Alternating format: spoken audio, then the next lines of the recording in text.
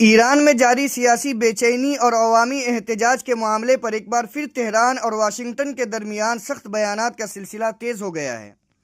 ہفتے کے روز ایران کے سپریم لیڈر آیت اللہ علی خامنئی نے امریکی صدر ڈونلڈ ٹرمپ پر براہ راست اور سخت حملہ کرتے ہوئے انہیں ایک مجرم قرار دیا۔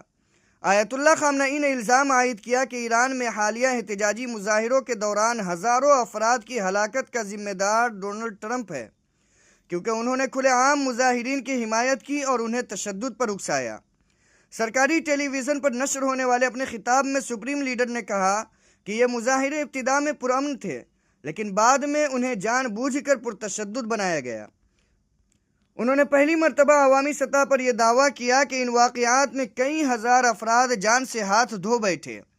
یہ بیان اس لیے بھی غیر معمولی سمجھا جا رہا ہے کیونکہ اس سے پہلے ایرانی قیادت نے ہلاکتوں کی تعداد کے حوالے سے کبھی واضح بات نہیں کی تھی۔ آیت اللہ خامنئی کے مطابق ان ہلاکتوں کے پیچھے صرف اندرونی عوامل نہیں تھے، بلکہ باہری طاقتوں، خاص طور پر امریکہ کا کردار بھی نہایت اہم رہا۔ انہوں نے کہا کہ اس پورے معاملے کے دوران امریکی صدر نے ذاتی طور پر بیانات دیے اور مظاہرین کو آگے بڑھنے کی حوصلہ افزائی کی۔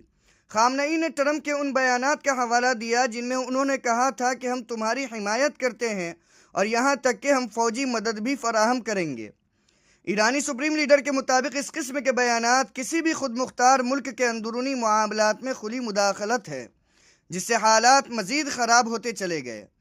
آیت اللہ خامنئی نے امریکہ پر یہ بھی الزام لگایا کہ وہ ایران کے معاشی اور سیاسی وسائل پر غلبہ حاصل کرنے کی کوشش کر رہا ہے۔ انہوں نے کہا کہ برسوں سے امریکہ پابندیوں، دباؤ اور دھمکیوں کے ذریعے ایران کو کمزور کرنے کی پالیسی پر عمل کر رہا ہے۔ ان کے مطابق حالیہ احتجاج بھی اسی منصوبے کا حصہ ہے، جن کا مقصد ملک کو غیر مستحکم کرنا اور عوام کو حکومت کے خلاف بھڑکانا تھا۔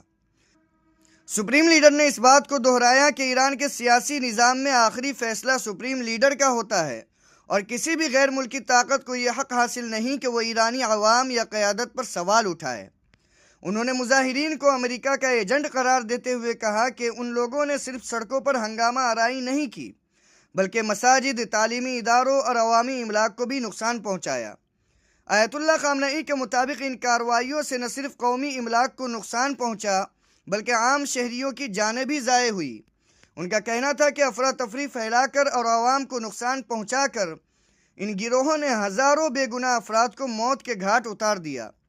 اسی بنیاد پر انہوں نے امریکی صدر ڈونلڈ ٹرمپ کو ان ہلاکتوں اور ایرانی عوام کے خلاف ہونے والے اقدامات کا ذمہ دار ٹھہراتے ہوئے ایک مجرم قرار دیا۔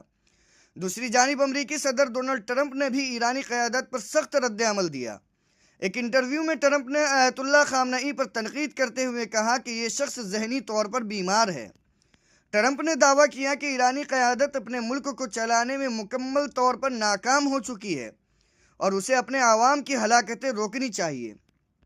ان کے مطابق ایران آج دنیا کے بدترین ممالک میں شامل ہو چکا ہے جہاں رہنا مشکل ہو گیا ہے، اور یہی وجہ ہے کہ وہاں حالات دن بدن بگڑتے جا رہے ہیں۔ ٹرمپ نے یہ بھی کہا کہ ایران میں اب نئے لیڈر کی تلاش شروع ہو چکی ہے۔ انہوں نے اشاروں کنایوں میں ایرانی عوام کو موجودہ نظام کے خلاف کھڑے ہونے کا پیغام دیا اور کہا کہ جب تک قیادت تبدیل نہیں ہوتی ملک کے حالات بہتر نہیں ہو سکتے۔ ایران نے امریکی صدر کے ان بیانات کو اپنے اندرونی معاملات میں براہ راست مداخلت قرار دیا۔ اگر آپ یہ ویڈیو یوٹیوب پر دیکھ رہے ہیں تو سبسکرائب کریں، فیس بک پر دیکھ رہے ہیں تو فالو کیجیے۔